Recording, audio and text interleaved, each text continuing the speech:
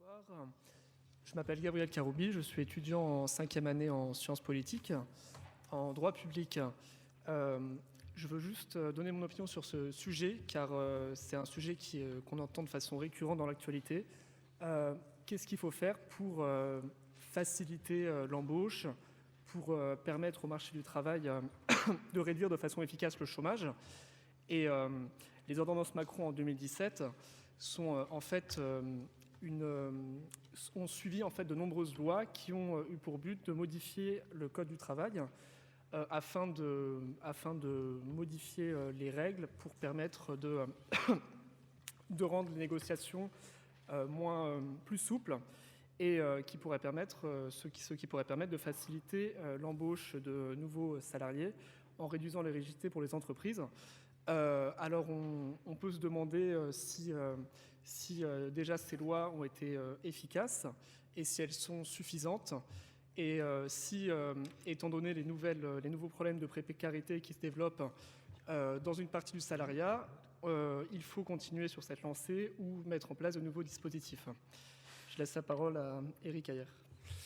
Merci pour cette introduction. Alors, effectivement, on va passer une grosse heure à parler des ordonnances du marché du travail, mais avant de vous présenter les intervenants de cette table ronde, il me semblait être intéressant de vous donner 2-3 ordres de grandeur sur le marché du travail au sens large, donc rappeler quelques indicateurs pour que vous ayez ça à l'esprit lors de ce débat. Donc, bien sûr, l'indicateur le plus connu, c'est le taux de chômage. Donc, comme vous voyez sur ce graphique, et notamment sur le bleu, le taux de chômage en France est resté généralement assez haut, les meilleures années à 7%, les pires années à 10%. Alors vous voyez qu'il y a certains pays qui ont réussi à plusieurs moments de leur histoire à résorber ce taux de chômage et arriver vers les 4-5%, que ce soit des pays scandinaves ou des pays anglo-saxons. Et vous voyez que la France finalement ne se démarque pas énormément de la zone euro, et on a l'impression que cette fatalité du chômage n'est pas une singularité française, mais bien plus européenne.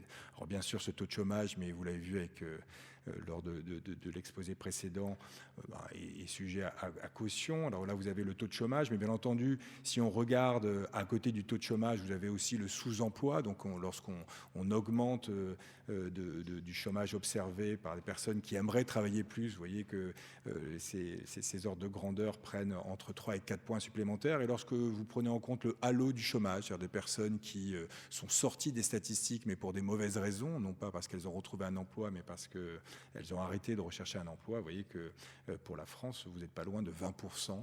Ça peut représenter à peu près 20% de la population active. Alors ça c'est au niveau du chômage. Bien entendu, ce qu'on regarde souvent, c'est le taux d'emploi, bien plus intéressant. Et on a le même constat de situation extrêmement dégradée de la France par rapport à des pays scandinaves ou des pays anglo-saxons. Là aussi, un taux d'emploi qui ressemble au taux d'emploi de la zone euro pour l'intégralité. Et on sait bien que ce taux d'emploi est faible, notamment dans les extrémités, c'est-à-dire les moins de 25 ans, on a des taux d'emploi extrêmement faibles, et les plus de 55 ans. Donc dans les deux extrémités, on a des taux d'emploi extrêmement faibles, parce que quand on regarde le taux d'emploi chez les 25-54, on a plutôt des résultats qui sont corrects pour la France. Donc une problématique chez les seniors et chez les jeunes. À toutes ces statistiques quantitatives, on doit bien entendu parler un peu de qualité des emplois créés. J'en donnerai une parce que je pense que ça va faire l'objet d'une intervention. C'est, admettons, la part des CDD courts dans les embauches, où on voit une très forte augmentation de ces contrats courts dans les embauches créées, puisque, vous voyez, jusqu'en 2015, on était monté à 70% des contrats signés étaient des contrats de moins d'un mois. Alors certes, depuis 2015, ça se stabilise en légère baisse, mais ça reste extrêmement élevé. Donc voilà pour le décor que l'on peut planter sur... on a une situation du marché du travail extrêmement dégradée, et donc il est bon, me semble-t-il, face à cette situation extrêmement dégradée, de faire appel à beaucoup de docteurs pour nous donner nous prescrire une ordonnance pour essayer d'arriver à résoudre ce problème du chômage. Il y aura sans doute, il n'y a pas une solution unique et une solution qui permettrait par miracle de résorber le chômage. Il y a sans doute plusieurs solutions, et donc on a fait appel à plusieurs économistes, mais aussi à des juristes pour essayer d'avoir des solutions pluridisciplinaires. Donc j'en viens à mes intervenants. Donc là, il y aura 3 économistes et 2 juristes. Donc la première économiste, c'est Clémence Bertson, qui nous parlera sans doute de la polarité sur le marché du travail, mais je le laisserai exposer pendant 10 minutes son propos. Vous avez Bruno Coquet, chercheur associé à l'OFCE, spécialiste de l'assurance chômage, qui nous livrera aussi son diagnostic du chômage en France. Christine Herel, professeure, alors qui est un peu la régionale de l'étape, qui est professeure ici au CNAM et titulaire de la chaire économie du travail et directrice du centre d'économie, de l'emploi et du travail. Vous avez ensuite 2 juristes, également professeurs tous les deux. Pascal Lioquec, professeur de droit à l'Université de Paris 1 et co-directeur du département du droit social. Il est également dans le groupe qui doit évaluer les ordonnances Macron ou les ordonnances Pénicaud, je ne sais pas comment on doit les appeler. Et ensuite, et enfin, Antoine Yoncan, professeur de droit à l'Université de Paris-Ouest, Nanterre-La Défense et directeur d'études à l'EHESS. Donc voilà pour le panel des intervenants. La règle du jeu, c'est que chaque intervenant se limite à peu près une première intervention de 10 minutes et ensuite il y aura un deuxième tour de table et ensuite des questions dans la salle. On va commencer par les économistes et on va commencer par Christine Herel qui est invitée. Vous savez qu'on a une grosse concurrence aujourd'hui à 18h puisqu'il y a 65 intellectuels qui sont reçus à l'Élysée pour discuter de la sortie des idées du grand débat. Et Christine Herel fait partie de ces 65 intellectuels, mais elle a eu la gentillesse de tout de même de participer à cette table ronde. Donc on commence par elle et elle pourra partir dès que... Elle doit être avant 19h à l'Élysée, donc elle partira lorsque bon lui semble. Donc Christine, tu as la parole et pendant 10 minutes à peu près. Merci donc de me donner la parole en premier. Et puis donc par avance, mes excuses effectivement de devoir vous quitter. J'aurais bien aimé rester pour la suite du débat, mais voilà, là c'est des contraintes qui sont relativement fortes tout de même. Alors, je vais donc essayer de vous donner en 2 temps quelques éléments d'analyse par rapport à la question posée aujourd'hui. Donc, tout d'abord sur la vision sous-jacente, en tout cas ma lecture de la vision sous-jacente aux ordonnances travail et puis au-delà aux réformes en cours depuis déjà quelques années sur le marché du travail français, mais aussi dans d'autres pays. Et puis ensuite sur des pistes de solutions qui m'apparaissent aujourd'hui importantes par rapport donc aux défis qui ont été évoqués, c'est-à-dire à la fois celui du chômage, celui des faibles taux d'emploi, notamment donc aux âges extrêmes en particulier, donc pour les seniors, et également les enjeux de qualité de l'emploi qui sont très importants aussi dans la perception que peuvent avoir les citoyens lors de leur participation à la vie sociale et économique pour ceux qui ont effectivement un emploi. Alors tout d'abord donc sur les réformes. Donc les réformes des 10 dernières années, voire au-delà, ont mis l'accent en France comme ailleurs sur la nécessité d'avoir un marché du travail plus flexible. Donc cette flexibilité, elle passe par de nombreux leviers. Le premier, c'est celui de modification des contrats de travail qui en France sont restés...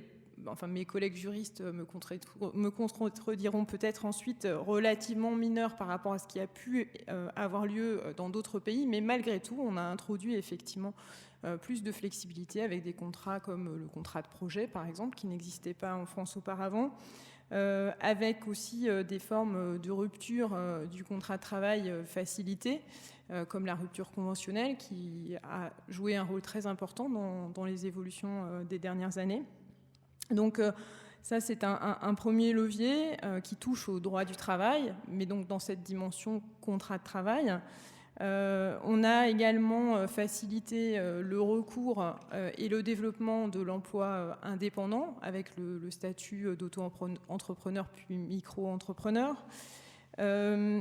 Au-delà de ces questions de forme d'emploi, donc, on a notamment récemment, au travers des ordonnances et auparavant de la loi travail, cherché à décentraliser la négociation collective vers l'échelon des entreprises, avec l'idée d'avoir une meilleure adaptation à la situation de chaque entreprise, donc toujours dans cette idée de flexibilisation.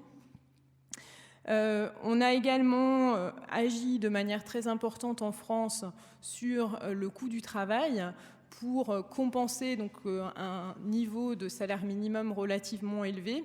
On a cherché à agir sur le coût du travail via des baisses de charges qui sont devenues massives. C'est aujourd'hui le premier poste de dépense des politiques de l'emploi en France et qui ne cesse de s'accroître au travers des différentes réformes et des différentes mesures qui ont été introduites par les gouvernements successifs.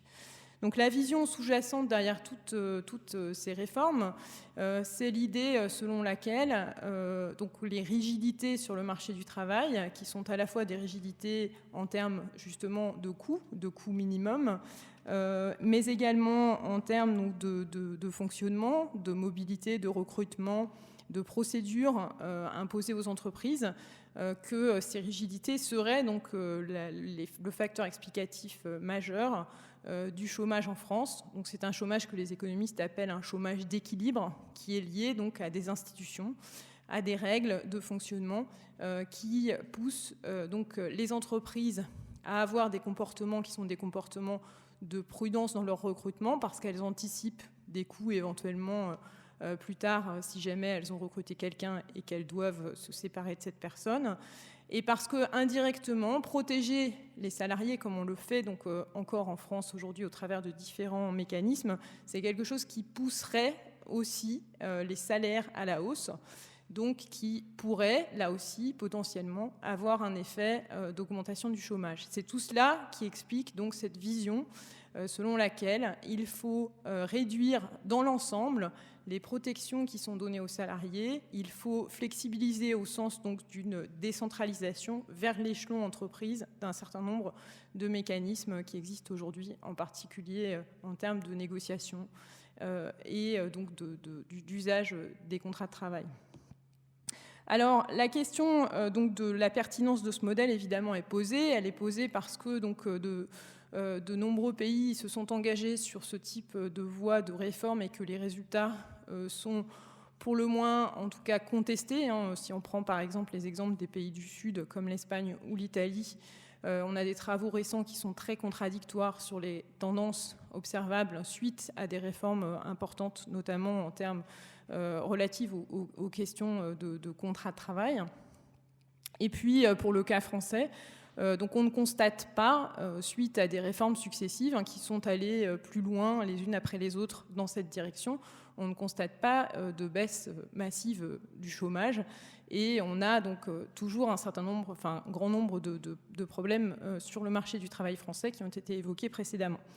Alors je voudrais effectivement aujourd'hui moi souligner qu'il existe donc d'autres manières de voir le marché du travail et de voir les priorités en matière de politique de l'emploi, en mettant l'accent sur quelque chose que j'ai déjà évoqué aujourd'hui dans la première session de l'après-midi, sur la qualité de l'emploi et sur des leviers donc, qui permettent d'agir non pas en priorité sur la flexibilité du contrat, la flexibilité des règles, mais d'abord donc, sur une logique de qualité de l'emploi qui peut permettre par ailleurs ensuite d'avoir effectivement aussi plus de flexibilité. Je vais y revenir rapidement. Alors, comment est-ce qu'on peut, et pourquoi est-ce qu'on peut, et pourquoi est-ce qu'on doit, en tout cas selon moi, aller dans cette direction ? D'abord, la première raison, c'est parce que la qualité de l'emploi au sens large, c'est quelque chose qui joue de manière très importante sur la satisfaction des travailleurs, mais aussi sur la performance des entreprises. Donc on a un certain nombre d'éléments empiriques qui montrent une relation positive entre la stabilité de l'emploi dans les entreprises, le fait d'avoir plus de contrats permanents, et des facteurs comme l'innovation, donc la croissance de la productivité, etc. Donc des facteurs qui sont des facteurs de performance économique. Donc la qualité de l'emploi dans les entreprises, c'est un facteur de performance économique. Par ailleurs, à l'échelon macroéconomique, on a aussi l'exemple des pays nordiques qu'on retient régulièrement sur ces questions, qui sont caractérisés par des taux d'emploi élevés, notamment pour les seniors, et qui, là aussi, ont des performances qui sont de bonnes performances en matière de qualité de l'emploi, avec une attention très importante donnée effectivement à ces questions de qualité du travail, de conditions de travail, de soutenabilité du travail, de sécurité perçue par les salariés lors de leur carrière professionnelle. Donc c'est une question qui peut passer par la formation, par exemple, comme dans le modèle de flexicurité danoise, mais en tout cas qui suppose un investissement important des entreprises et au-delà de la société dans son ensemble, dans les trajectoires professionnelles, la formation, les carrières des salariés. Donc cette logique d'investissement dans le capital humain plutôt que de rotation accélérée dans l'emploi, c'est quelque chose qui me paraît important et qu'il faut mettre en avant. En France, on a tendance davantage effectivement aujourd'hui à envisager tout sous l'angle de la flexibilité, avec donc la contrepartie qui a été évoquée, qui est qu'on voit se développer des formes d'emploi qui sont des formes d'emploi de durée très courte, avec une forte rotation. Donc c'est vrai pour les contrats à durée déterminée, dont la durée a diminué lors des 10 dernières années en France. Donc on a de plus en plus de contrats très courts. De la même manière, en ce qui concerne l'emploi indépendant, le statut d'auto-entrepreneur s'est accompagné de la croissance du nombre d'auto-entrepreneurs, de micro-entrepreneurs aujourd'hui qui ont des revenus d'activité très faibles. Donc quand je dis très faibles, ce sont des gens qui vont avoir des revenus qui n'excèdent pas 500 € par mois, alors que c'est leur activité principale. Donc on a facilité le développement de ce type d'emploi qui, pour le coup, effectivement pose des problèmes en termes de revenus et plus largement donc de qualité, de soutenabilité de ces emplois. Donc voilà pourquoi il me semble important effectivement de mettre l'accent sur la logique de qualité, parce que donc c'est un levier qui permet donc d'avoir un impact positif, y compris, comme je le disais, sur les performances des entreprises.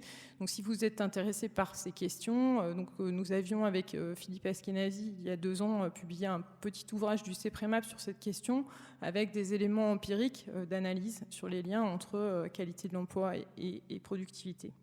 Alors, pour terminer, sans vouloir donc effectivement être trop long, je voudrais dire que cette question de la qualité, elle se pose pour l'emploi dans les entreprises, avec des leviers qui peuvent passer par des logiques qui existent par exemple au travers de la responsabilité sociale des entreprises, mais qui en France restent limitées essentiellement aux grandes entreprises. Il y a très peu d'initiatives en ce sens dans les petites et moyennes entreprises. Mais il y a également d'autres leviers sur lesquels on peut agir en matière de qualité de l'emploi et de qualité sur le marché du travail. Un levier, c'est également, en ce qui concerne les chômeurs, c'est également la qualité de l'accompagnement proposé aux chômeurs afin de leur permettre de revenir vers un emploi qui soit un emploi de qualité et durable. Alors de ce côté-là, des efforts ont été faits, des efforts importants. Pôle emploi a modernisé son offre à la fois vis-à-vis des entreprises et son offre d'accompagnement pour les chômeurs, avec donc davantage d'accompagnement renforcé, des parcours plus individualisés. Malgré tout, il reste en France encore aujourd'hui relativement l'accès à un conseiller lorsqu'on s'inscrit à Pôle emploi, par exemple, reste relativement long, donc le parcours d'accompagnement reste marqué par des insuffisances qui pourtant peuvent porter préjudice au devenir des chômeurs, puisqu'on sait donc que la qualité de l'accompagnement a des effets sur les trajectoires, à la fois en termes de rapidité de retour à l'emploi, mais aussi de qualité des emplois qui sont retrouvés.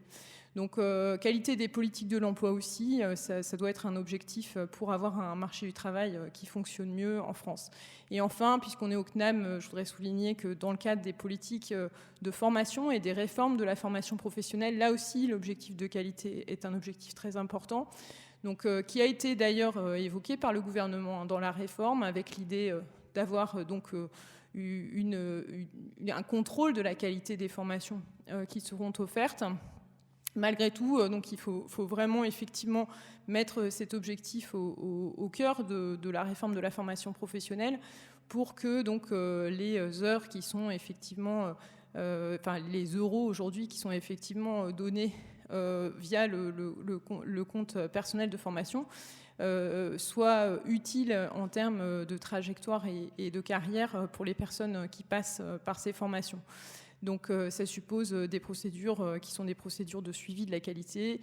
Ça suppose aussi, de manière plus générale, qu'on puisse sensibiliser les personnes concernées, donc le public de ces formations, à ces enjeux et aux questions effectivement relatives à la qualité des emplois et à la qualité donc, plus largement du fonctionnement du marché du travail. Voilà, je vais m'arrêter là. Donc, et encore une fois, désolée pour mon départ prématuré. Merci. C'est mérité. On va passer au deuxième exposé de Clémence Berson. Merci. Alors je vais rebondir un peu sur l'exposé de Christine parce que je vais m'attaquer à une problématique du marché du travail français qui est sa dualité. Donc qu'est-ce qu'on entend par dualité ? C'est le fait qu'on est d'un côté des salariés en contrat permanent, donc en CDI, qui ont une certaine stabilité avec tous les avantages que ça peut avoir à la fois pour le salarié et pour l'entreprise, comme l'a souligné Christine. Et d'un autre côté, des salariés qui enchaînent les contrats temporaires et qui passent très régulièrement par le chômage. Alors, comme on peut voir sur le... Ah, pardon, on ne vaut plus. Ah, tout va bien. Voilà, merci. Donc, comme on peut voir, sur le graphique que vous avez ici, donc c'est la part des contrats à durée déterminée dans l'emploi. Donc, ce qu'on peut voir, c'est que ça a globalement augmenté dans les années 90 avant de rester relativement stable depuis les années 2000. Et ce qu'on peut voir, c'est que la ligne noire, c'est le taux de chômage. Et ce taux de chômage, on voit qu'il n'est pas tellement corrélé avec la quantité de CDD en stock dans l'économie. Ce qui montre que potentiellement, ce n'est pas forcément lié à une tension sur le marché du travail qui ferait qu'on a tendance à embaucher les gens en contrat court. Alors, est-ce que c'est vraiment un problème d'avoir ces deux types de marchés ? Le problème, voilà, c'est qu'en fait, ça touche toujours les mêmes personnes, essentiellement les jeunes et les peu qualifiés. Et il y a une forte rotation sur ces contrats qui a fortement augmenté à la fin des années 2000 et depuis, en particulier depuis la crise. Et donc, si le taux d'entrée en CDI est resté relativement stable sur la période, on voit un énorme pic à la fin de la période sur les entrées en CDD. Et pour donner, alors après ça a été un peu dit auparavant, mais pour donner une idée de la durée de ces contrats, il y a 50% des contrats en CDD qui sont inférieurs à 5 jours. Donc c'est vraiment très très faible. On a actuellement 86% des embauches, des nouvelles embauches qui sont faites en CDD. Donc en fait, il y a une augmentation de la rotation de la main-d'œuvre sur ce type de contrat en particulier. Donc le souci, c'est qu'effectivement, les personnes sur ce type de contrat ont assez peu de perspectives d'aller vers un emploi permanent. Ce qu'on peut voir, alors c'est des chiffres qui sont un petit peu vieux, mais les comparaisons internationales ne sont pas toujours évidentes. Donc là, c'est des données de l'OCDE sur les taux de transition à 3 ans une petite faute de frappe, d'un contrat déterminé à un contrat permanent. Ça veut dire qu'une personne qui est actuellement en contrat à durée déterminée, est-ce que dans 3 ans, elle aura trouvé un contrat permanent ? Et ce qu'on peut voir, c'est que la France, avec d'autres pays qui ont une forte dualité du marché du travail, comme l'Espagne, la Grèce ou les Pays-Bas, a un taux de transition qui est très faible. Donc la conséquence, c'est que la flexibilité de l'économie et des entreprises sur le pôle coûts salariaux repose essentiellement sur ces gens qui n'arrivent pas à passer en contrat à durée indéterminée. Donc ça a un coût individuel, puisque ce sont des gens qui ont du mal à trouver un logement, un crédit, etc. Mais ça a aussi un coût social important, puisque ce sont des gens qui passent régulièrement par le chômage, donc c'est un coût en indemnité chômage, mais également qui peuvent toucher différentes allocations. Donc l'économie et la société dans son ensemble a tout intérêt à faire en sorte qu'il y ait une meilleure répartition des contrats de travail, et en tout cas que les personnes puissent atteindre un contrat à durée indéterminée. Alors, le candidat responsable de cette dualité, c'est la protection de l'emploi. Donc, il y a un certain nombre de travaux dans la littérature économique qui montrent que la dualité du marché du travail provient essentiellement d'une différence de protection législative entre les contrats temporaires et les contrats permanents. Donc je vous ai mis en graphique la comparaison de l'indicateur de l'OCDE sur la protection de l'emploi des contrats permanents et des contrats temporaires. Bon, vous allez me dire, ça ne va pas du tout ce que je viens de dire, puisque en France, on voit que l'écart est relativement faible. Alors, d'où provient cet écart? C'est que les CDD utilisés pour calculer l'EPL sont les CDD standards. Or, il existe une autre forme de CDD qui s'appelle le CDD d'usage. Donc ici, c'est un contrat à durée déterminée qui est extrêmement flexible. Donc la définition, c'est de dire qu'il y a certains emplois naturellement temporaires pour lesquels il est de pratique courante de ne pas embaucher sous contrat à durée indéterminée. Donc ça dépend d'un secteur ou de convention collective. Ça peut être pour combler un poste pour lequel il n'est pas courant d'utiliser un CDI, ou en raison de la nature de l'emploi. Donc c'est relativement vague comme définition. Et globalement, il n'y a pas de durée maximale, il n'y a pas de temps de latence entre deux contrats, il n'y a pas de prime de précarité, et on peut le renouveler à volonté. Donc effectivement, pour le coup, c'est un contrat extrêmement flexible. Donc ce qu'on peut voir dans le petit tableau que j'ai mis, c'est que ces contrats sont très courts, hein. Ils représentent la moitié des CDD de moins d'1 mois, plus qu'un quart quand on regarde les CDD supérieurs à 1 mois.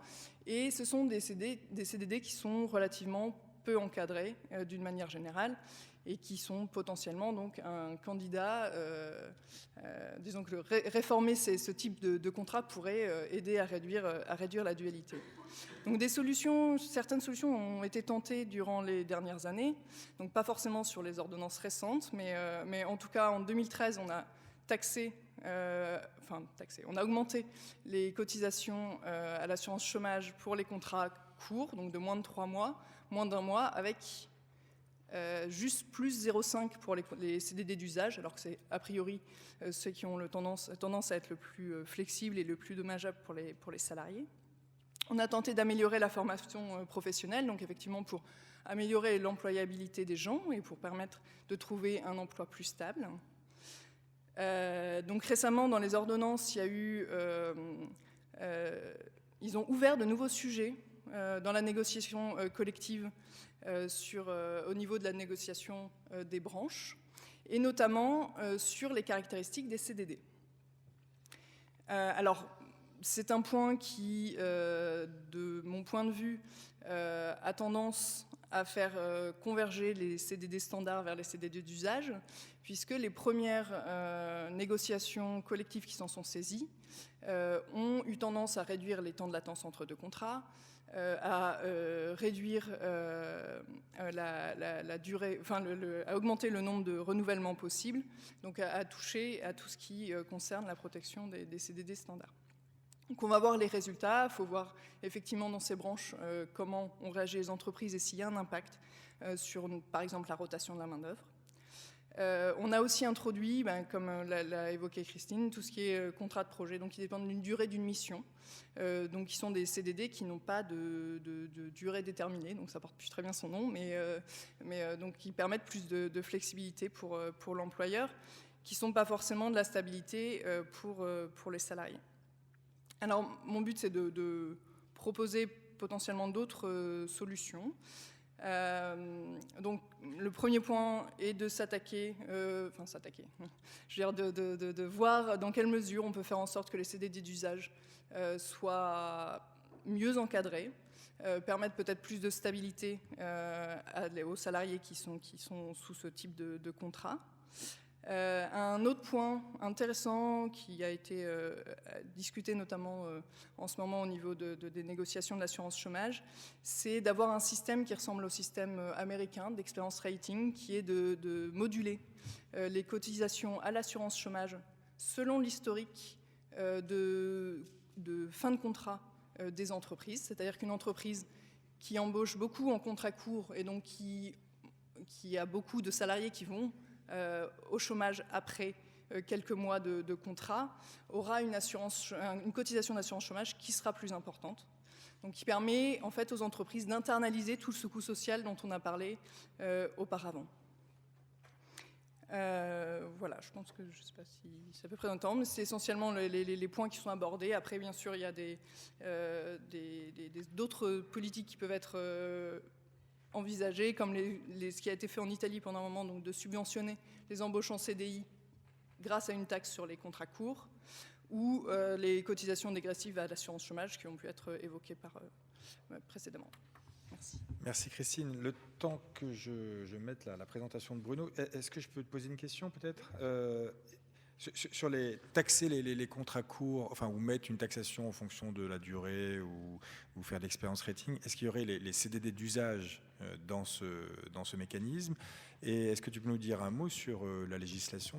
Est-ce que les entreprises respectent finalement le droit d'utiliser ce CDD d'usage? Est-ce que finalement, si on ne met pas les CDD d'usage dans la réglementation de l'assurance chômage, il me semble qu'aujourd'hui, très peu d'entreprises respectent finalement la législation sur les CDD d'usage. Est-ce qu'il n'y a pas un risque que tout le monde se mette dans ce type de contrat?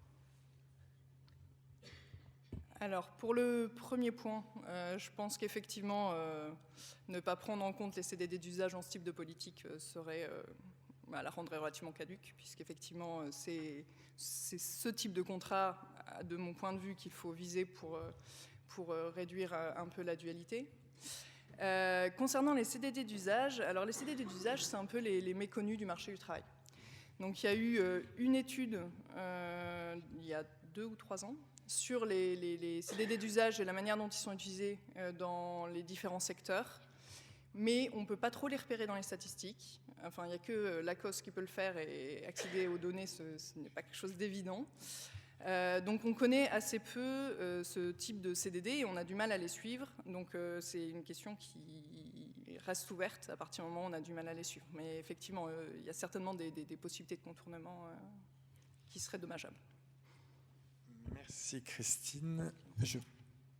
Clémence, pardon.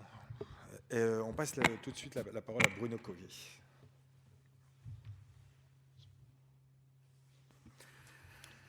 Voilà, bonjour. Donc moi j'ai préparé, juste pour introduire la discussion, 3 graphiques. Donc le premier, ça marche comment, Eric? Là tu peux normalement. Ah, tu n'y arrives pas? Ou alors tu veux que je le fasse pour toi? Ah voilà, c'est bien. Donc puisqu'on parle des ordonnances, donc on parle de droit, donc je ne vais pas prendre la place des juristes, mais il y a une connexion entre le droit et l'économie. En l'occurrence, c'est l'idée que des lois peuvent changer des comportements économiques sur le marché du travail. Le petit graphique que je vous montre là, en fait, il représente 2 choses. Premièrement, les petits pavés, les petites briques là qu'il y a sur chaque année depuis le début des années 2000. En fait, il y en a une 50aine depuis le début des années 2000. C'est les lois, uniquement les lois, qui avaient pour objet principal une réforme du marché du travail. Donc une 50aine de lois, c'est-à-dire à peu près une par trimestre depuis le début des années 2000. Ça exclut des choses comme le CICE qui passe dans une loi de finances, y compris sa réforme. Enfin, ça exclut bon nombre de choses qui concernent le marché du travail et qui passent par d'autres vecteurs dont la destination principale n'est pas une réforme du marché du travail. Et ça exclut évidemment tout le travail réglementaire. Donc, une loi par trimestre en moyenne depuis le début des années 2000 sur le marché du travail. Le motif de cette loi, en général, c'est que l'indicateur OCDE de protection de l'emploi, dont on a abondamment parlé avant moi, il est très élevé en France et que du coup, ça justifie qu'on flexibilise le marché du travail. Or, ce qu'on peut observer, c'est que c'est la ligne rouge, en fait, c'est celle qui ne bouge pas au cours du temps, enfin 2 fois un petit peu. Donc 50 lois n'ont pas fait bouger l'indicateur de protection de l'emploi de l'OCDE en France, enfin pour la France. Donc ça pose quand même question, puisque chaque ministre en charge de la loi qui est passée, d'une des 50 lois qui est passée, va vous dire qu'il a fait quelque chose d'extraordinaire, et c'est vrai. Enfin, Christine a cité un certain nombre d'exemples, en fait, qui passent sous le radar de l'OCDE. Alors, c'est pas du tout indifférent, puisque du coup, comme l'indicateur OCDE reste haut, on nous dit ah bah oui, mais vous êtes toujours très très très mauvais, alors que par ailleurs, on fait quand même beaucoup de choses sur le marché du travail. On a un peu tout essayé finalement, y compris depuis le début des années 2000. Et la France est dans un cas spécifique parce qu'on voit bien, j'ai mis la moyenne des autres indicateurs de protection de l'emploi des pays de l'OCDE et on voit bien que ça baisse. Donc les réformes qui sont faites en Italie pour celles qui ont été citées, mais aussi en Allemagne et puis dans tous les pays de l'OCDE, arrivent à faire baisser l'indicateur de protection de l'emploi. Donc du coup, on peut se demander si la réglementation sur le marché du travail, la façon dont il fonctionne, le dialogue social, la formation professionnelle, la façon dont sont organisés les contrats est finalement le vrai problème puisqu'on n'a pas arrêté de s'y attaquer et que ça a eu relativement peu d'effet. Et donc, du coup, je pense que les juristes en parleront mieux que moi, pourquoi il était important de commencer par là. En tout cas, d'un point de vue d'une lecture économique, c'est plutôt douteux, d'autant que par ailleurs, les travaux dont a parlé Clémence précédemment et qui montrent qu'il y a un lien entre protection de l'emploi et taux de chômage, ils sont convaincants pour un grand nombre d'entre eux, ils ne sont pas très nombreux, mais quand même, c'est quand même des relations faibles, difficiles à mettre en évidence, enfin, ce n'est pas des relations très directes. Alors, deuxième point qui me semble important, c'est que l'indicateur de protection de l'emploi ne porte pas sur le secteur public. Or, en France, le secteur public au sens large, j'entends pas la fonction publique, mais ici, là, dans le graphique que vous voyez, en fait, tout ce qui n'est pas bleu, c'est tout ce qui n'est pas affilié à l'assurance chômage. Donc, ce qui est, d'une certaine manière, un droit d'exception sur le marché du travail pour l'employeur, qui a la possibilité, en l'occurrence, de choisir d'auto-assurer ses salariés à l'assurance chômage. Mais bon, ça annonce quand même, dans les entreprises publiques, dans des sociétés qui sont satellites de communes, par exemple, et qui organisent des transports de cars, enfin, il y a toutes sortes de choses là. Enfin, un tiers des salariés ne sont pas concernés par l'indicateur de protection de l'emploi. Et dans les petites briques du graphique précédente, sur les 50 lois, en fait, il y en a 5 qui concernaient le secteur public. Donc, on va poser la question comme ça quand même. C'est pourquoi tout le temps réformer le marché du travail privé en France? Est-ce que finalement, le fait qu'on n'obtienne pas de résultats en attaquant juste ce bout-là fait sens ou pas? Est-ce qu'on doit en tirer une leçon? Je n'ai pas de réponse à cette question, pour vous dire la vérité. Néanmoins, je pense que ça pose question que 30% du marché du travail ne soit pas concerné, ne soit pas étudié, ne fasse pas de l'objet de l'indicateur OCDE, etc. Et donc, du coup, ne soit pas au centre du débat. Et surtout, quand on flexibilise le marché du travail privé pour faire assez caricatural et pas l'autre, on accentue d'une certaine manière la dichotomie du marché du travail. Donc on accentue la précarité sur l'un sans l'accentuer sur l'autre, même si par ailleurs les contrats courts dont on a parlé, dont Clémence a parlé tout à l'heure, concernent aussi le secteur public. Il y a des contrats courts dans le secteur public en grand nombre. Donc du coup, quand même, on peut se dire que tout ça, c'est la France et que si les mots existent d'un côté, ils doivent exister de l'autre aussi, que vu l'importance du secteur dans l'économie, ça vaut le coup quand même de se poser la question. Donc en termes de droit, quand même, là, on a un petit sujet. Après, on peut se dire, est-ce que le fait que les réformes échouent est un problème de moyens, c'est-à-dire d'argent qu'on met sur le marché du travail? Donc ici, je vous ai mis par grande catégorie de dépenses sur le marché du travail, ce qu'on dépense chaque année.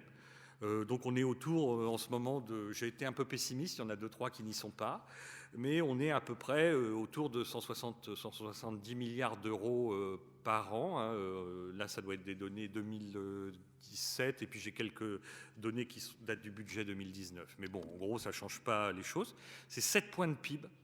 Donc 7 points de PIB sont consacrés au marché du travail chaque année en France. Avec les résultats que vous avez pu observer sur le taux de chômage, et ce n'est pas une nouveauté, on ne dépense pas 7 points de PIB depuis 2 ou 3 ans, on dépense au moins 6 points de PIB depuis très très très longtemps, depuis une bonne trentaine d'années. Donc du coup, on voit bien qu'on n'a pas un sujet de moyens financiers consacrés au marché du travail. Alors aujourd'hui, si on regarde ces moyens, on voit bien que le premier d'entre eux, c'est la baisse du coût du travail.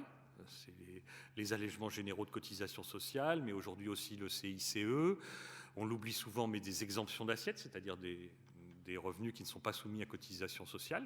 Donc c'est quand même 6 milliards d'euros par an, donc c'est pas tout à fait rien. On a aussi les On a l'assurance chômage. L'assurance chômage, c'est 35 milliards de prestations, hein, donc qui viennent compenser quand même. Alors certes, c'est une assurance, elle est autofinancée d'une certaine manière, mais elle vient compenser des défauts du marché du travail. On a le budget de l'État consacré à la mission travail et emploi, qui est à peu près une douzaine de milliards d'euros. On a les dépenses fiscales, qui ont pour première destination l'emploi, à peu près 20 milliards d'euros, donc plus que la dépense active en quelque sorte.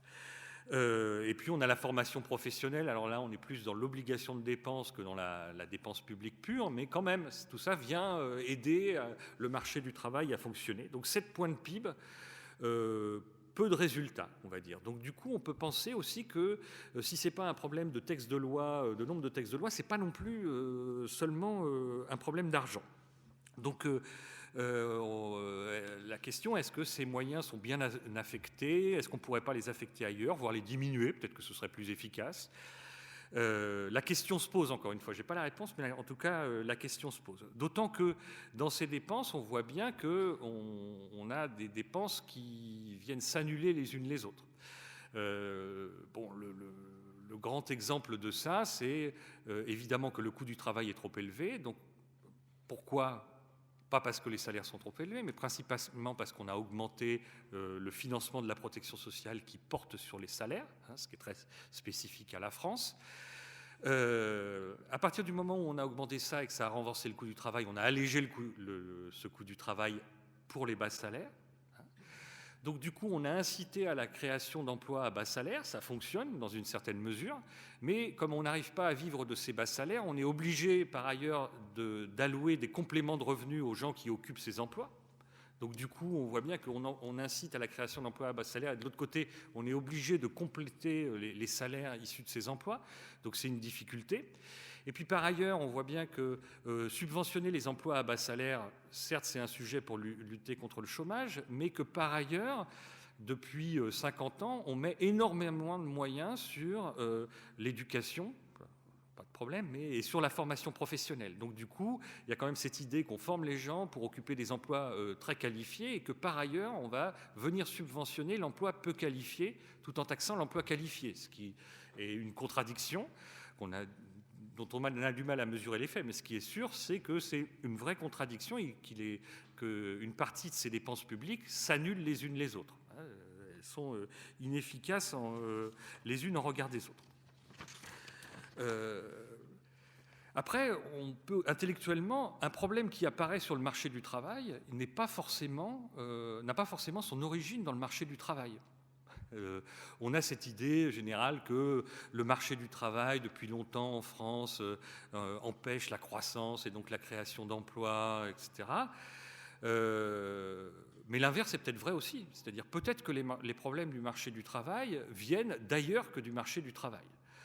Alors principalement, on va penser aux problèmes de concurrence sur le marché des biens et services. Alors si on regarde les études, on voit qu'en gros, à chaque fois qu'il y a une étude sur la concurrence, en gros, on nous dit qu'il n'y a pas de problème.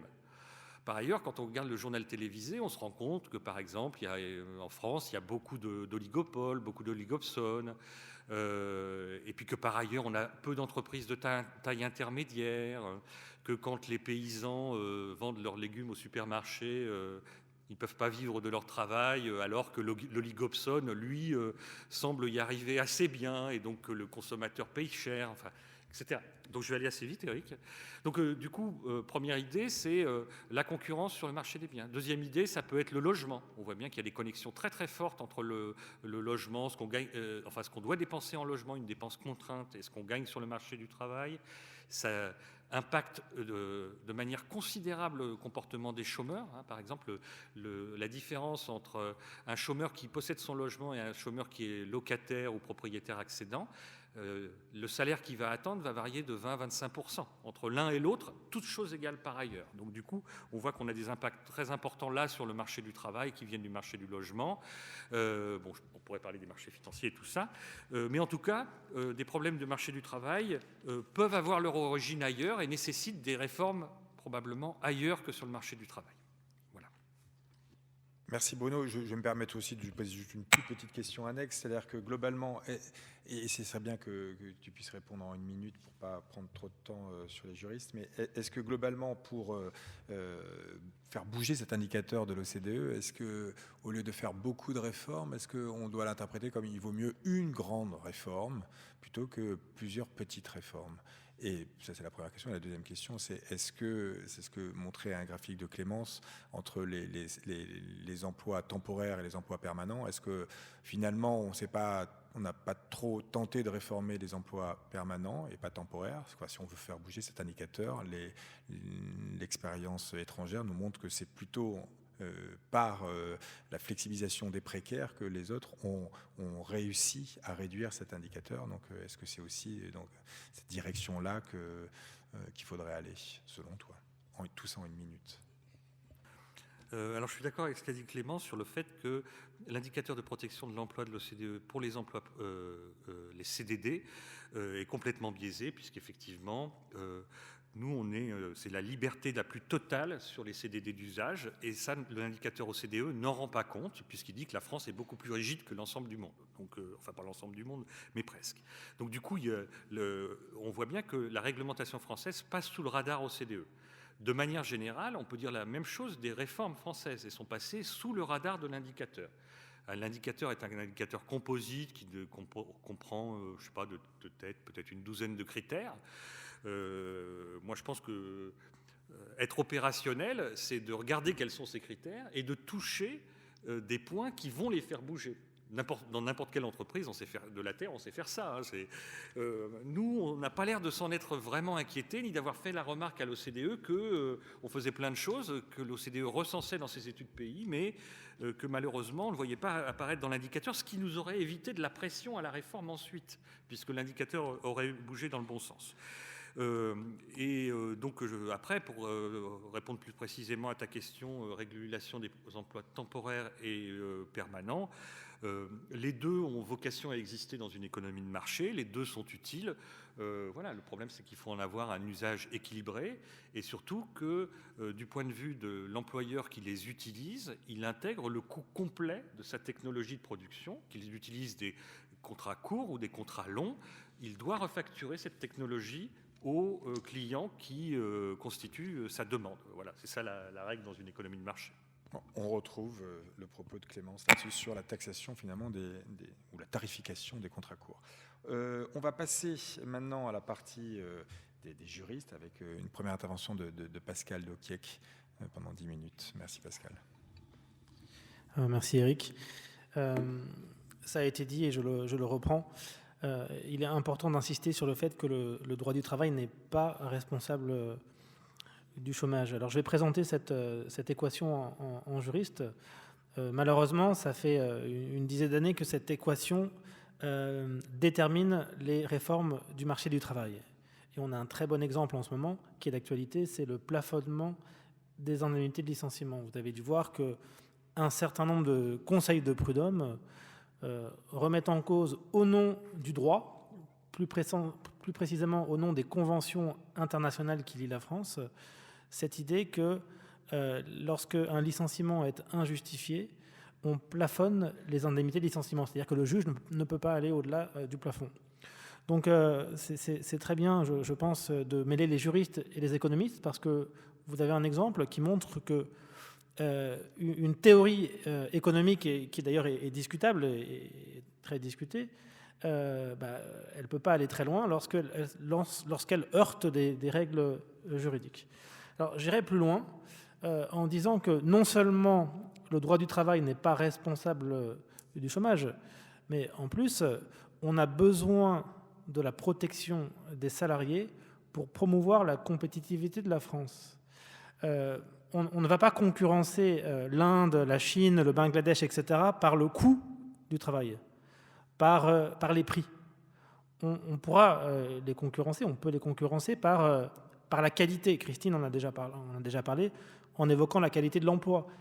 C'est aussi la qualité des produits, c'est la qualité des services, c'est l'innovation. Or, on sait très bien que si on veut aller vers la qualité, on a besoin de travailleurs qui sont protégés. On a besoin de travailleurs qui ont un certain bien-être. Et ça, c'est ce que produit le droit du travail.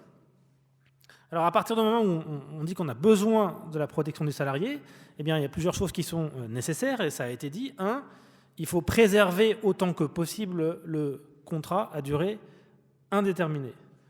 Il y a des études, notamment en Angleterre, qui montrent qu'un salarié en CDI est plus innovant qu'un salarié en CDD, parce qu'il a le temps avec lui. Deuxième point, et je serai un tout petit peu plus long là-dessus, même si le temps est compté, il faut préserver le CDI et il faut surtout préserver le salariat. Vous avez dû voir que c'est un thème, là encore, fortement d'actualité avec la question des plateformes numériques. Alors, si on y prend garde, alors je ne dis pas qu'on arrivera bientôt à la fin du salariat, parce que les chiffres montrent que dans les pays développés, on est pour l'instant à peu près à 10% de travailleurs indépendants. Donc le salariat est très largement dominant. En même temps, le mouvement est là. Si les plateformes, si le business model des plateformes se développe, parce que ces plateformes reposent sur le travail indépendant. Donc il y a un vrai sujet sur la préservation du salariat, et je crois notamment qu'il faut effectivement réfléchir à un vrai statut, mais un statut protecteur pour les travailleurs du numérique. Alors là, je vous ai dit, il faut préserver le CDI, il faut préserver le salariat.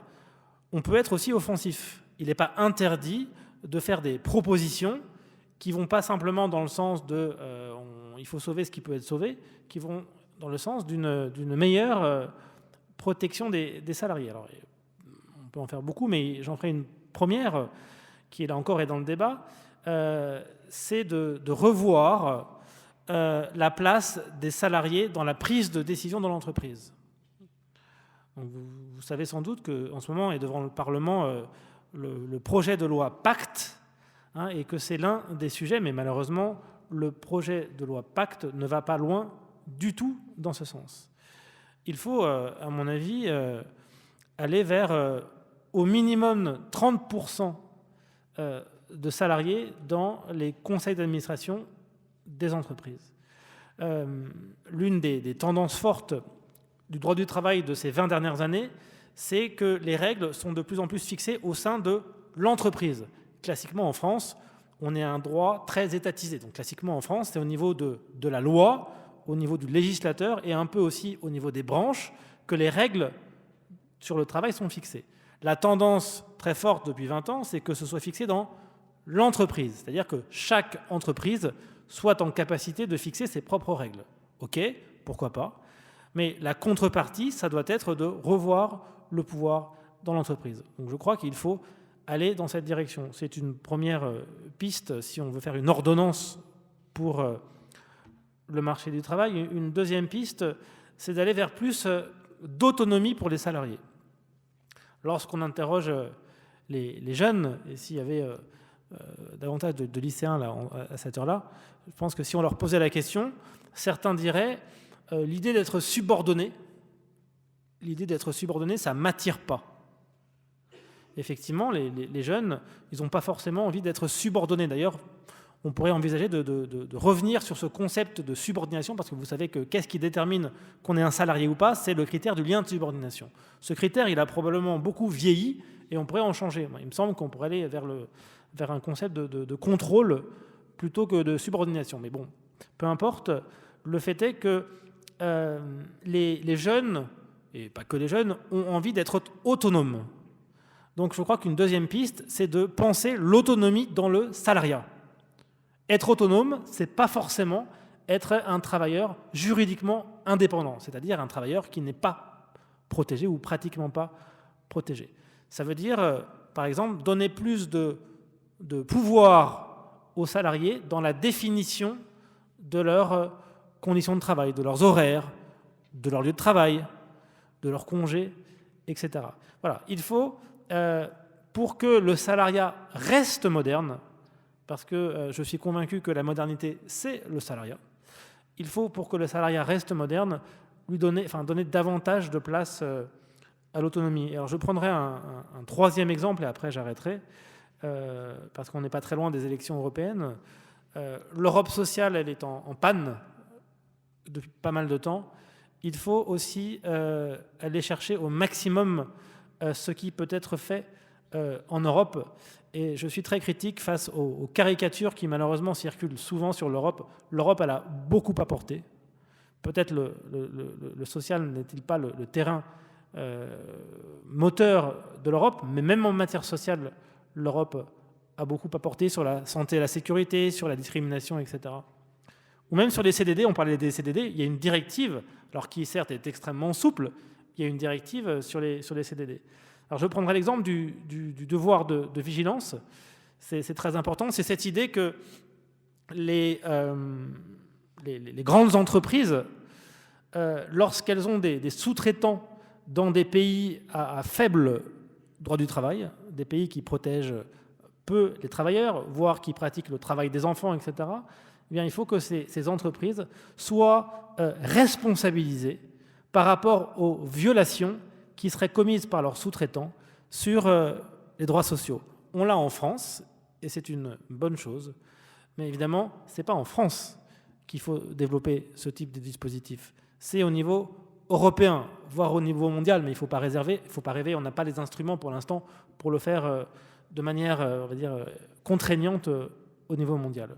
Voilà, j'en ai terminé, mais en tout cas, je pense que voilà, on a beaucoup de choses à faire, et la première chose à faire, c'est de cesser de faire du code du travail et du droit du travail le bouc émissaire de tout ce qui va mal dans notre pays.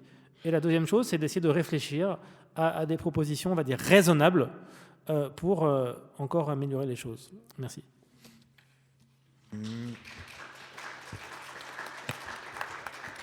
Merci Pascal. Alors, tu as même un petit déficit de temps. Est-ce que tu pourrais répondre à une petite question sur les ordonnances ? Enfin, comment on peut interpréter finalement les premiers résultats de certains tribunaux, tu en as prud'homaux? Est-ce que ça veut dire que c'est une remise en cause de ce barème? Comment on doit réinterpréter ce que nous dit le gouvernement aujourd'hui sur leurs intentions? Enfin, est-ce que tu peux préciser un tout petit peu comment on doit, nous, interpréter cela? Eh bien, on peut l'interpréter de la manière suivante. Le barème est potentiellement contraire aux engagements internationaux de la France, en ce qu'il empêche le juge de réparer adéquatement le préjudice subi par le salarié. Il y a notamment dans la Convention 158 de l'OIT un principe de réparation adéquate. Lorsque le juge est bloqué dans sa façon de réparer le licenciement, eh bien, c'est ce que disent beaucoup de conseils de prud'homme, pas tous, parce que c'est partagé. C'est contraire au droit international. Alors, qu'est-ce qui va se passer? Pour l'instant, on attend deux choses. On attend, la position du Comité européen des droits sociaux, qui est le gardien de la Charte sociale européenne, parce que la Charte sociale européenne contient ce principe de réparation adéquate. On n'a pas la position et on ne sait pas quand on l'aura. Et on attend aussi, il va falloir attendre encore un peu, la position de la Cour de cassation, puisque c'est finalement elle qui va nous donner le stop ou le go sur ce barème. Alors, au niveau du gouvernement, évidemment, je suis incapable de dire ce qui va se passer. Évidemment, moi, je souhaiterais qu'on en revienne à un référentiel indicatif, puisque c'est ce qu'on avait avant ce plafonnement obligatoire. Mais bon, on peut imaginer que le gouvernement va attendre ces deux décisions. Voilà. Merci pour ces précisions. On passe à l'exposé d'Antoine Lioncan. Oui, je regrette un petit peu que nous parlions les uns après les autres, parce que j'avais beaucoup de choses à dire sur ce qui était dit auparavant, mais ça ne fait rien. Par exemple, sur les contrats d'usage, j'ai beaucoup de choses à dire. Les techniciens d'Avignon, quand ils vont au festival, on imagine mal qu'ils ne puissent pas ne pas avoir de contrat d'usage. Ils sont embauchés pour la durée du festival d'Avignon. C'est une pratique qui est ancestrale, le contrat d'usage. Et se battre contre ça, ça paraît vraiment une sorte d'ignorance des racines de ce genre de pratiques d'entreprise. Je rappelle que la première réglementation du contrat à durée déterminée, elle ne date que de 1979. Et déjà à l'époque, on voulait que les contrats soient le plus brefs possible. Alors, on est en pleine contradiction. On se plaint d'une législation que l'on a voulu destinée à faire que les contrats à durée déterminée soient brefs. Autrefois, il y avait des contrats à durée déterminée de 5 ans. Moi, j'ai connu ça parce que j'ai les cheveux gris. Donc, j'ai connu des contrats à durée déterminée de 10 ans qui étaient extrêmement protecteurs pour le salarié. Et l'entreprise était enchantée jusqu'à ce qu'elle le mette en cause, bien sûr, puisque sans ça, on n'en entendait jamais parler. Bon, mais on est conviés par Éric Heyer ce soir à être des médecins. De quelle thérapie le médecin du travail, le marché du travail a-t-il besoin? Mon point de vue, ce que je vais essayer de développer en quelques minutes, c'est que malheureusement, il y a une erreur de diagnostic et qu'il n'y a pas de maladie, ou plutôt il n'y a pas de malade. Il n'y a pas de malade parce que le marché du travail, c'est un artefact, c'est une construction qui n'a aucune pertinence. Et donc de dire qu'un artefact est malade, eh bien ça veut dire que vraiment on se bat contre des moulins à vent. Il y a encore 30 ans, parce que j'ai repris les petits livres d'économistes des années 80-85 consacrés au marché du travail, tous les livres se terminaient par « il ne faudrait pas parler du marché du travail ». C'est un concept non sans pertinence. Bon. Eh bien, on en parle beaucoup et je dois dire que le fait que tout le monde en parle et qu'on parle des défauts du marché du travail, qui est un certain langage, c'est une défaite de la pensée. C'est une défaite de la pensée. Et c'est ça qui est particulièrement, je pense, caractéristique de notre époque, c'est qu'on n'est plus en mesure d'entendre le discours critique, même sur le cadre analytique dont on se sert. Je prends juste un ou deux éléments pour faire sentir, parce qu'on le faisait très bien sentir il y a 30 ans ou 35 ans. Je parle même du livre de Barou et Rigaudia, qui était le petit livre pour tous les étudiants qui entraient en 3e année de sciences économiques. C'était mon cas, il y a plus de temps encore. Et où il y avait une critique radicale de cette notion. Et il ne disait pas tout à fait ce que je vais dire, mais on peut l'adapter. Regardez, la personne, moi, vous, qui êtes en quête vous êtes en quête non pas d'un travail, mais d'un emploi. Et ce n'est pas simplement une différence nominale. Ici, dans cette maison, au CNAM, tout le laboratoire de relations professionnelles animé longtemps par Jean-Daniel Reynaud avait bien montré que vraiment c'était deux notions radicalement distinctes. Pourquoi? Parce que ce que cherche quelqu'un, c'est une activité donnant accès à un statut. C'est ça l'emploi. Ce n'est pas un travail. De même, l'entreprise dont ne parle pas le marché du travail, ne parle pas les modèles du marché du travail. L'entreprise, elle est sensible aux qualités des personnes. C'est particulièrement important quand elle commence à esquisser même son offre d'emploi. Et elle est particulièrement sensible aux capacités d'intégration dans une organisation de cette personne. Eh bien, le marché du travail ou les théories du marché du travail, ou mieux les modèles de marché du travail, ne disent rien de cette complexité, de ces deux insatisfaits que sont d'un côté la personne qui est en quête d'un emploi et non pas d'un travail, et de ces entreprises qui ont besoin de personnes de qualité susceptibles d'être intégrées dans leur organisation productive. Là où la défaite, je pense, a été consommée, je le regrette parce que je me sens tout à fait défait, les propos que je tiens aujourd'hui, vous êtes très polis, vous les écoutez, mais finalement, quand on les tient publiquement, ils n'ont aucun écho, puisque nous sommes dans un langage qui est devenu une sorte de rouleau compresseur.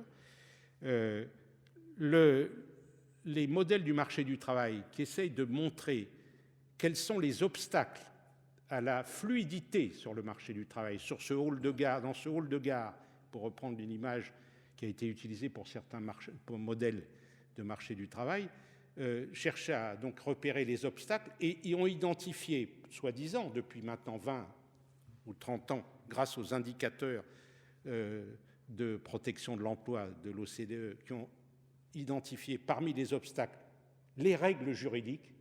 Les règles juridiques sont les principaux obstacles à cette fluidité, c'est-à-dire les règles sur le licenciement, les règles sur la négociation collective, les règles sur la représentation du personnel, les 12 indicateurs sur lesquels je parlerai si j'avais le temps, qui sont faits essentiellement par l'opinion de savants, de sachants, je devrais dire, sur une question. La question, par exemple, étant, est-ce que vous considérez qu'il est difficile en France de licencier? Très difficile, assez difficile, peu difficile, facile. Tout dépend qui répond à cette question. Et moi, j'ai été partie prenante de certains panels. J'avais un rictus en entendant qui répondait et comment les réponses étaient données.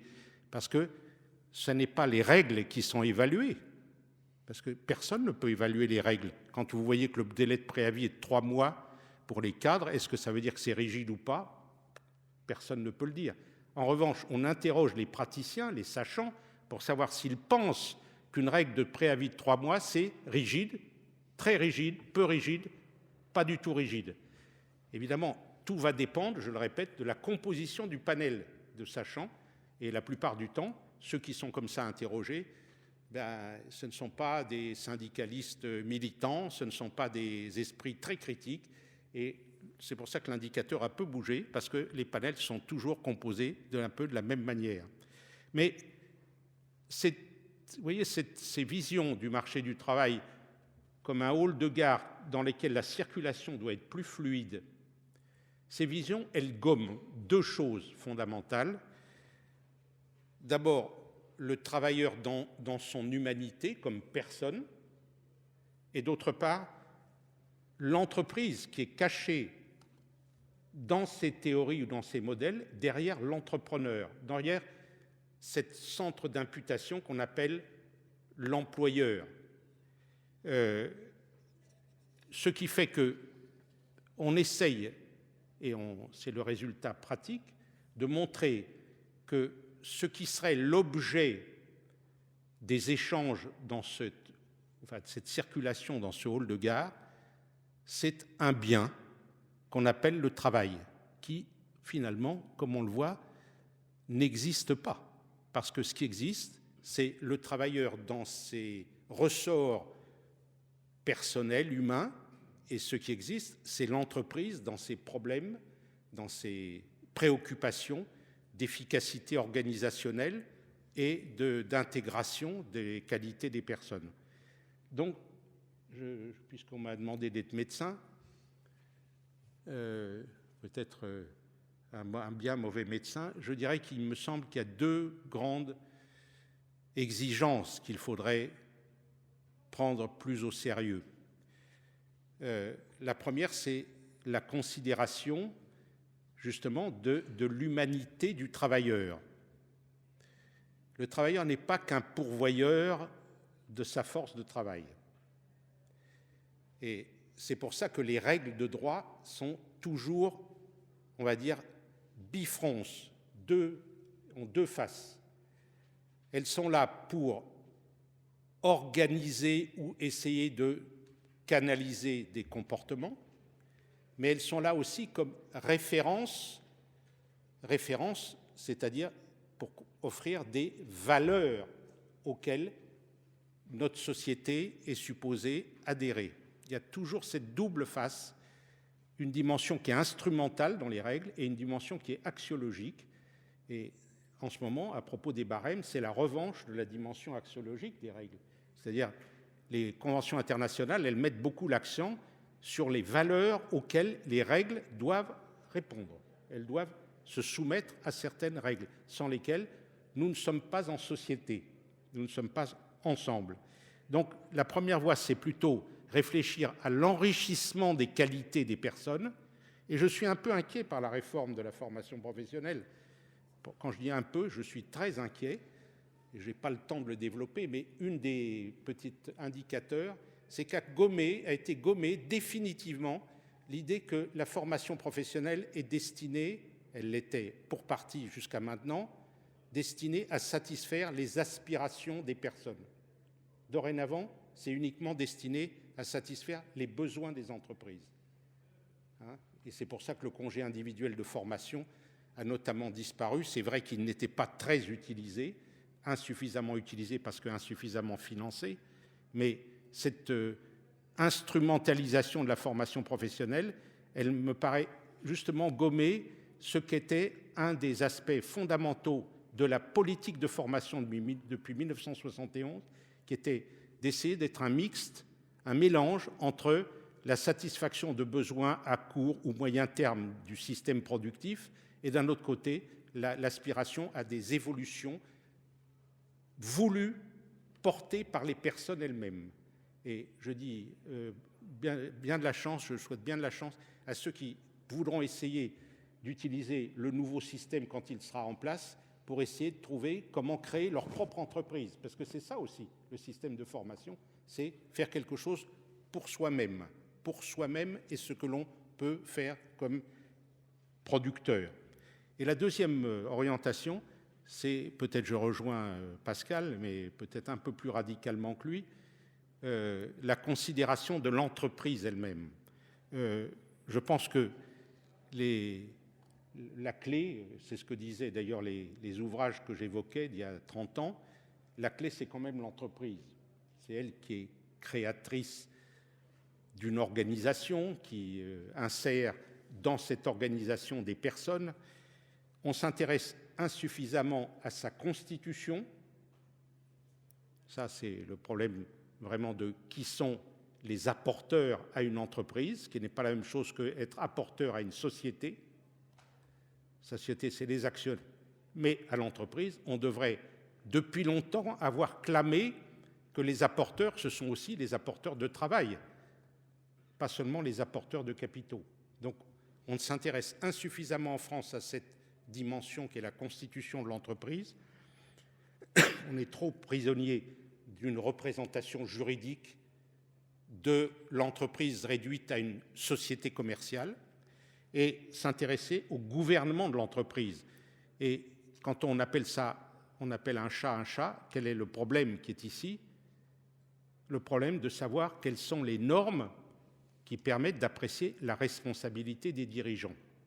Quels sont les modes de valorisation de l'entreprise qu'il est légitime pour un dirigeant de poursuivre. C'est une question qui est très opaque en France.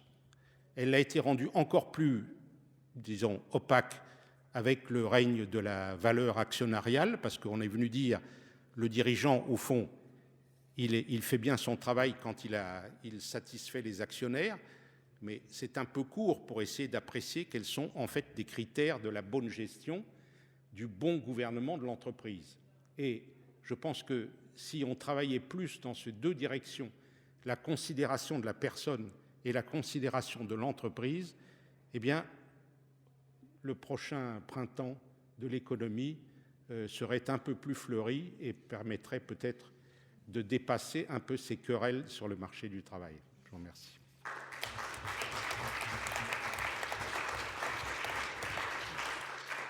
Merci Antoine. Alors, le temps presse, je pense qu'on peut passer aux questions directement dans la salle. Tant pis pour le deuxième tour de table. Donc n'hésitez pas à vous lever, vous présenter et poser vos questions aux quatre intervenants.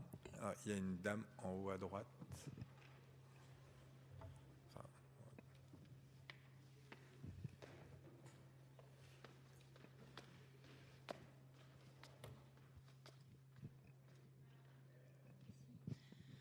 Bonsoir, Bénédicte Papon-Vogler, citoyenne également. En fait, je voudrais revenir sur cette question des indicateurs de la protection de l'emploi. Alors, peut-être ai-je mal compris, ce qui est tout à fait possible, mais il y a quand même quelque chose qui paraît étonnant dans la présentation que vous en avez fait, Monsieur Coquet, qui est qu'il semblerait que, finalement, ce qui serait une bonne chose, ce serait de faire en sorte que cet indicateur diminue. Or, si j'en crois les autres interventions que nous avons eues, elles semblent aller plutôt en sens inverse, à savoir que la protection de l'emploi favorise l'innovation, favorise la productivité, favorise le bien-être des salariés. Donc ça, c'est quand même une question qui me paraît un petit peu étonnante. J'aimerais avoir votre avis là-dessus. Pourquoi est-ce que l'objectif serait de réduire cette protection de l'emploi ? Et ma deuxième question porte quand même, c'est vrai que c'est quelque chose que vous avez évoqué de manière très évasive, mais que M. Lyon-Camp peut peut-être développer puisqu'il semble les connaître. On aimerait bien savoir quand même quels sont concrètement, comment est finalement conçu, pardon, je parle peut-être pas assez fort, comment sont conçus ces indicateurs de protection de l'emploi. Je vous remercie. Peut-être que Antoine peut commencer, peut-être par, s'il veut préciser l'usage, non, et comment on les calcule, et puis Bruno répondra à ce qu'il faut les réduire. Non, le problème, ce n'est pas tellement les critères, c'est les modes d'évaluation des critères. Vous voyez ? Parce que, d'abord, on peut contester les critères, mais ça, je laisserai mon voisin vous dire ce qu'il en pense, et il n'en pense peut-être pas forcément du bien, d'ailleurs. Mais moi, ce que je voulais évoquer, c'est qu'on entre dans un monde qui est totalement fou quand on regarde comment pratiquement sont appréciés ces critères. Alors, vous prenez par exemple les critères sur la rigidité du droit du licenciement. Il y a un critère sur la difficulté de mettre fin à un contrat. Bon, ceux qui fabriquent ces indicateurs, ils savent qu'en lisant le texte, ça va rien, il n'y a rien à dire. Vous voyez, il n'y a rien à dire en lisant le texte. Parce que, par exemple, en Hollande, il n'y a pas de protection législative du licenciement. Il n'y a pas dans la loi. Mais c'est très dur de licencier en Hollande. Vous voyez ? C'est très dur. Donc, en lisant le texte, où on est naïf en pensant que le texte va vous donner la réponse à votre question, est-ce rigide ou pas ? Alors, comme ceux qui pratiquent les indicateurs ne sont pas à ce point naïfs, ils vont demander à des gens qui savent de répondre à la question. Quand vous connaissez les textes, vous qui êtes des savants ou des sachants, je disais, parce qu'ils ne sont pas savants du tout, est-ce que vous pourriez dire, et il y a un barème de 1 à 8, je crois, à 6, que c'est très rigide, assez rigide, etc.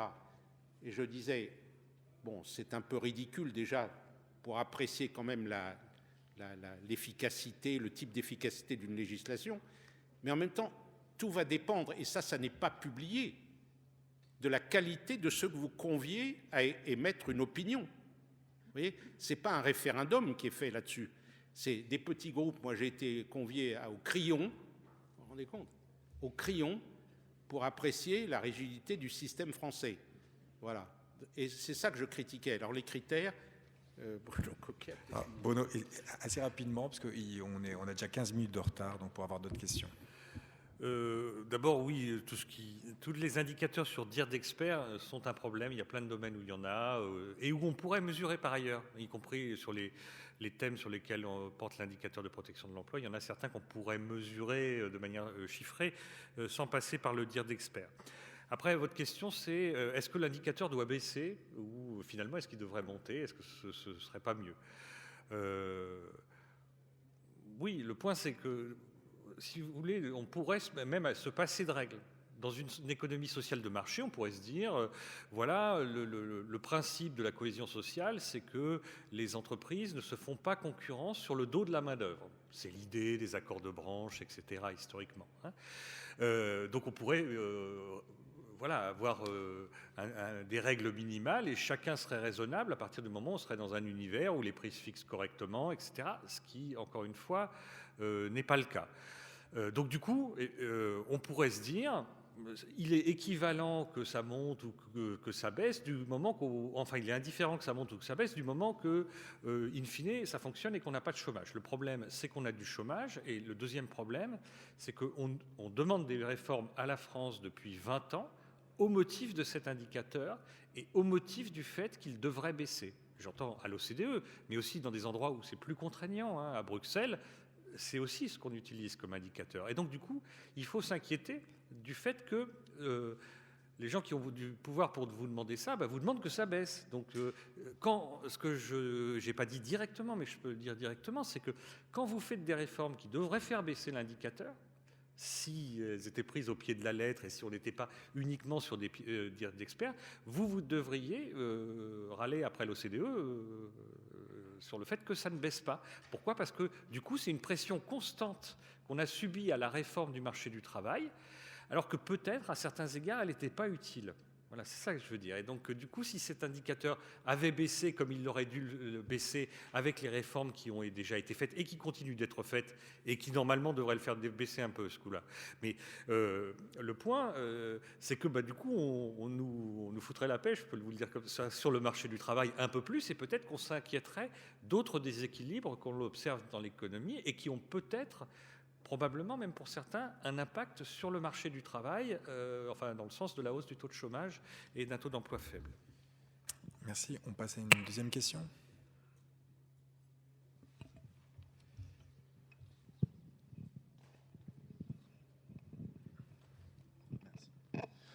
Bonjour, je m'appelle Yoann Robin, je travaille à l'UNEDIC.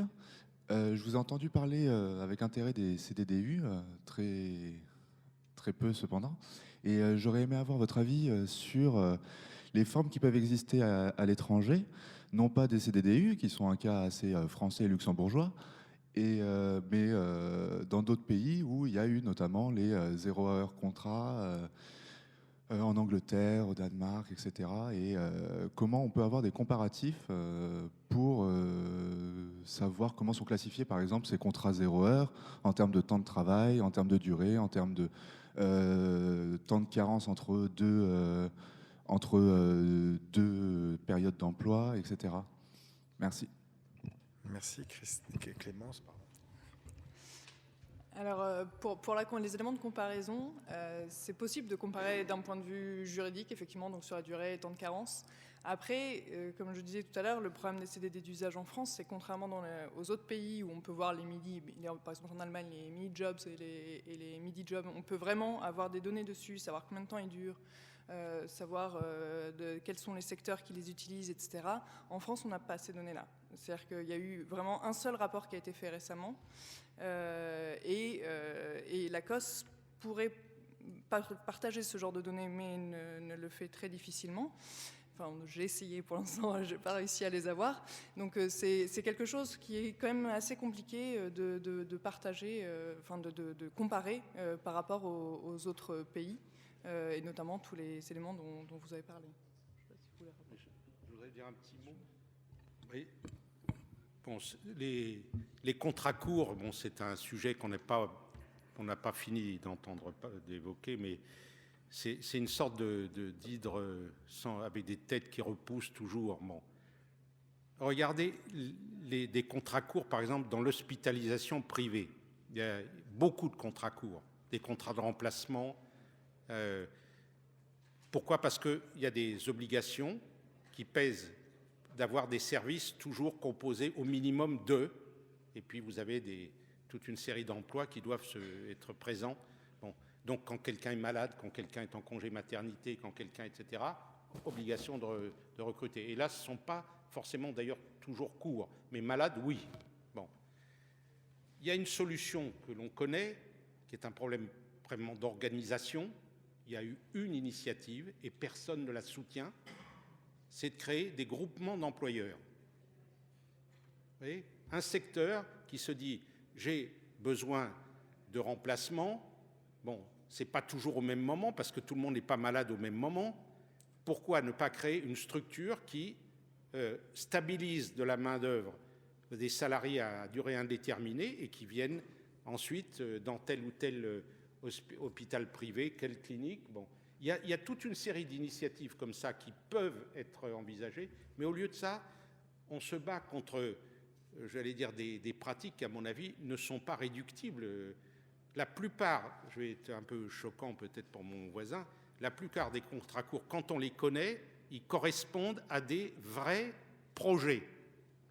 Des projets de l'entreprise ou des projets même des salariés. Enfin, je parle de ceux qui ont la définition conventionnelle du contrat court, c'est moins de 3 mois. Hein. Je ne parle pas de l'extra qui a une journée. Mais non, mais l'extra d'une journée, c'est dans les cafés, restaurants, etc. Bon, et donc on a créé des entreprises de travail temporaire qui sont spécialisées. Puis maintenant, il y a des plateformes même qui fournissent de la main-d'œuvre en disant qu'ils ne sont pas salariés dans la restauration. Mais c'est très difficile d'imaginer que vous pouvez faire disparaître ça. Je veux dire, un restaurant a besoin le samedi et le dimanche d'extra, qu'on appelle. Et ça existe depuis toujours. Et même avant la réglementation des contrats à durée déterminée, c'était déjà là. Hein. Alors, ce qu'on peut, c'est étudier des formules de mutualisation, d'organisation collective. Et pourquoi est-on obsédé par le contrat court et non pas obsédé, comme on devrait l'être, par des problèmes d'organisation qui permettraient d'enjamber la temporalité de ces besoins. Vous n'êtes pas d'accord? Si, sur la Juste pour ajouter, oui. Permettre, ça existe, hein, les coopératives et Absolument. les sociétés. C'est ça, puis l'emploi Il y a la coopérative des garçons de café ou la société des garçons de café qui travaille dans le 10e arrondissement, enfin qui est basée dans le 10e arrondissement. Ça, je la connais. Et puis, il y a des coopératives ou des sociétés qui se montent pour payer tous les professeurs de gymnastique de tous les petits villages pour éviter que ça soit chaque mairie qui fasse les feuilles de paye. Voilà, ça existe, hein, ponctuellement. On ne le sait pas forcément, mais ça existe. Hein, oui, mais est-ce que ça ne serait pas plus efficace que d'essayer de taxer les contrats courts? Ah oui, mais il faut qu'il y ait une initiative pour que cette société des garçons de café, je crois qu'elle existe depuis avant le déluge. Hein. Oui, elle porte un joli nom. Non, mais bon, dans les années 30, hein, c'est oui. Si je me permets juste d'ajouter un point, c'est pas tant la guerre contre les contrats courts, c'est que les CDD d'usage sont quand même relativement protégés, on pourrait peu protégés, et on pourrait très bien utiliser des CDD normaux pour un certain nombre de contrats, et qui ne seraient pas forcément moins intéressants, en tout cas pour le salarié. Le modèle, c'est le milieu artistique, hein. C'est ça l'origine. Oui, je sais. On prend une dernière question, mais vraiment la toute dernière question. Oui.